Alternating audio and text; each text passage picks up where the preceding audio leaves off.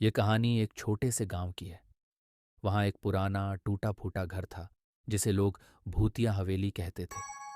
गांव में एक भी इंसान ऐसा नहीं था जिसने उस घर के पास जाने की हिम्मत की हो, खासकर रात के समय। एक दिन गांव में एक नया लड़का आया जिसका नाम राहुल था। उसने सुना कि लोग उस घर के पास जाने से डरते हैं, तो उसने सोचा कि यह सब अंधविश्वास है। एक रात हिम्मत दिखाने के लिए वह उस भूतिया हवेली में जाने का फैसला करता है। जैसे ही राहुल हवेली के पास पहुंचा, वहां की हवा ठंडी और भारी हो गई। चारों ओर एक अजीब सन्नाटा छा गया। हवेली के अंदर घुसते ही उसे लगा जैसे कोई उसकी निगरानी कर रहा है। उसे अचानक एक हल्की सी फुसफुसाहट सुनाई दी जो हवेली के अंदर से आ रही थी। राहुल ने सोचा कि यह उसका भ्रम है और उसने सीढ़ियों पर कदम बढ़ा दिया। सीढ़ियां बहुत ही कमजोर थीं, लेकिन उसने हिम्मत नहीं हारी।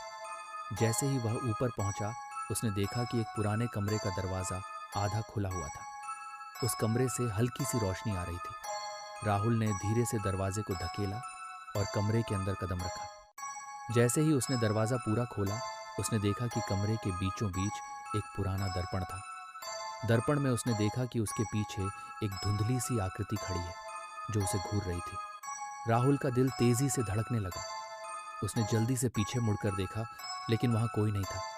वह वापस दर्पण की ओर मुड़ा तो देखा कि वह आकृति अब और भी करीब आ चुकी थी। उसके चेहरे पर एक भयावह मुस्कान थी।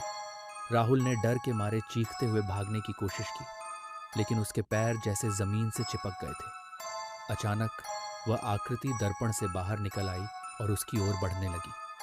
राहुल ने आखिरी बार चीखने की कोशिश की, लेकिन उसकी आवाज जैसे गले में ही दब गई। अगली सुबह गांव वालों ने राहुल को हवेली के सामने बेहोश पड़ा पाया।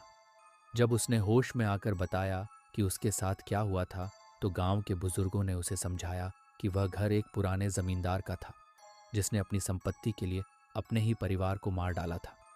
उसकी आत्मा अब भी उस हवेली में भटकती है और किसी को चैन से जीने नहीं देती। राहुल ने उस दिन के बाद कभी उस हवेली के पास जाने की हिम्मत नहीं की और गांव वाले हमेशा की तरह उस भूतिया हवेली से दूर ही रहते थे।